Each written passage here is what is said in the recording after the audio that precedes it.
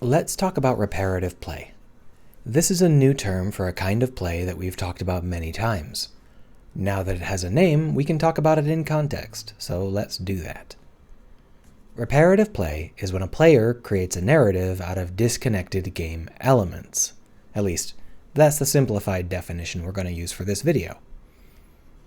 For example, you're playing Animal Crossing. You have invited specific animals to be part of your village. The game isn't The Sims. It doesn't really understand the personalities of these animals or have any sort of idea what they want or what their relationships are. The game basically just throws them together at random. But the player is going to interpret these random events as having meaning, and the player will be like, oh, these two are falling in love, or they're enemies, or they're family, or one is annoying the other, or whatever. The game didn't tell you that. The game doesn't even have a way to tell you that. You're creating that out of whole cloth. That doesn't mean it's wrong.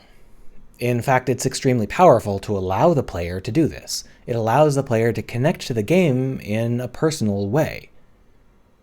This is a tool we need to have in our toolbox. We need to understand how to create games that allow the player to do this, because it allows the player to adjust the game to whatever they need it to be at the moment.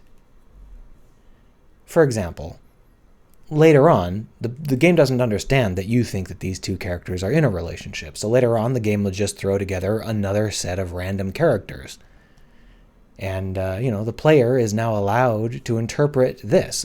What's going on here? Are these two cheating?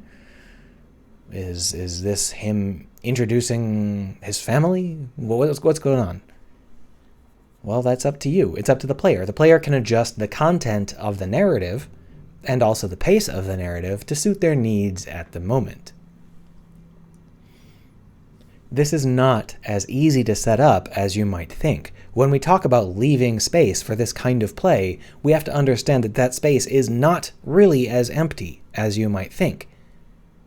This is not a bunch of random things happening. It sort of is, but the kind of randomness that happens is very carefully chosen to make sure that the player has the most chance of creating these narratives. These characters are not random bags of stats. Each of these characters is created specifically to leave a specific imprint, a specific impact on the human mind. You think, oh, this character is fun and flighty, and this character is dour, and this character is brainy. The game probably doesn't understand those traits, but you do, and it's enough for you to create the narratives that you want to create. Similarly, when they show up together and when they meet up, the kind of relationship they have is left nebulous. You're allowed to interpret these meetings as meaning as much or little as you'd like, because they're very carefully chosen, they're very carefully presented to have exactly the right consistency to be used or discarded as necessary. The big example of this is probably tarot card readings. Tarot card readings, you draw these random cards, and then the tarot card reader, the fortune teller, will connect the cards for you into a narrative that is your fortune. And because the tarot cards don't have a narrative on their own, the fortune teller can create the narrative that makes the most sense for you in this particular fortune-telling moment. It's why tarot cards remain so popular, because every single tarot reading is as personalized as the fortune teller can make it. The cards are drawn at random, but the cards themselves are not random. Each of the cards is specifically designed to have meanings that can be woven together into narratives. Each of these characters is essentially a tarot card, and their meetings are essentially tarot card readings.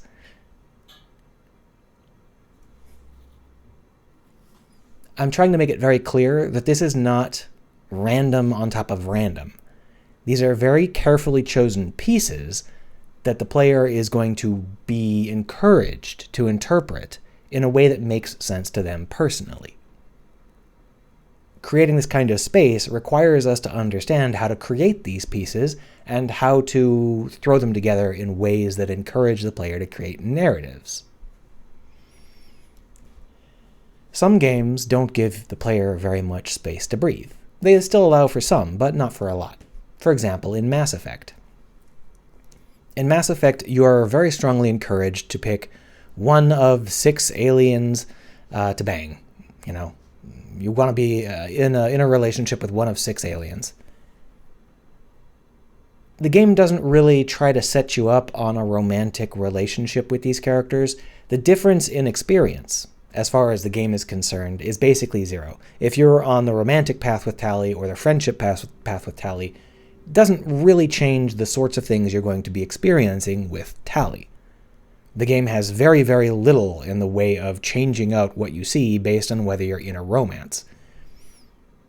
Most of the romance is in your head. It's reparative play. But the game has created this situation where there is an understanding that you're going to end up picking one of these hot aliens, and when you do, the game will show you a 10-second clip of their butt. So there is room for reparative play here. Mass Effect uses reparative play to allow you to create your romantic relationship with these characters that don't really have very much in the way of romantic moments with you. But unlike something like Animal Crossing, Mass Effect does, in the end, ask you which one you chose, and then respond understanding the narrative that you have selected. It would sort of be like if Animal Crossing had this thing where, after a month and all your villagers were, wandering around for a month, it just said, oh yeah, so which of these villagers is married? And then it threw you a big party with those 2 villagers as the bride and groom. It's like that. It does eventually ask you what you think and then respond appropriately. But it doesn't try to set you up as thinking a specific thing. It sort of just lets you do whatever. This kind of very constrained space with known outcomes is something that has to be engineered. You have to strongly imply that the player needs to be on one of these particular narrative paths. And you're like, I don't care which one you choose, and I don't care about the details, but you have to fall in love with somebody. I'm kind of expecting it to be one of these 6 people. And the player's like, okay, I'll get on that. We'll let you know at the end of the game. But it's not always about people. If you're very familiar with my channel, you probably know what's coming.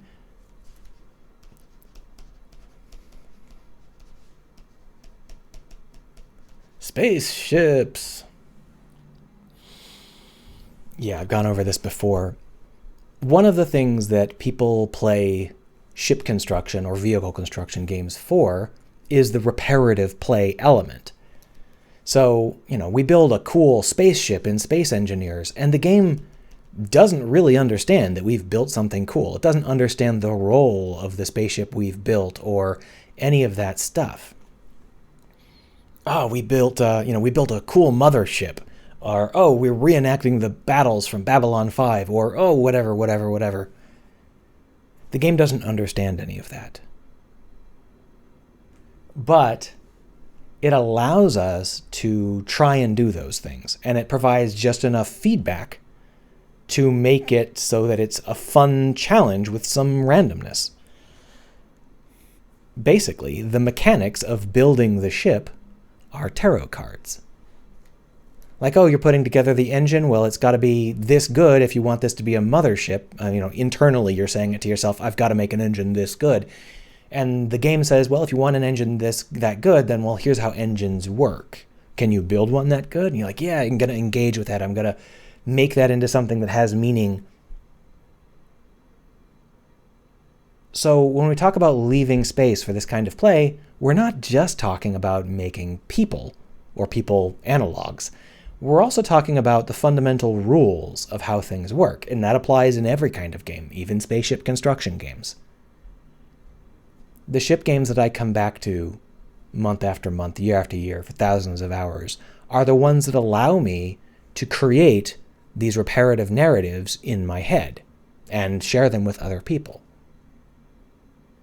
A more competent game that doesn't allow for that isn't as interesting, because I am not allowed to put myself into that space. All I can do is follow along with what the game strictly thinks I should care about. When I'm allowed the freedom to choose my own path forward, and the game gives just enough pushback to serve as tarot cards, with little scare quotes around that for you, that's when I can get involved month after month after month after month. And that's why it's critical to understand how to create these spaces.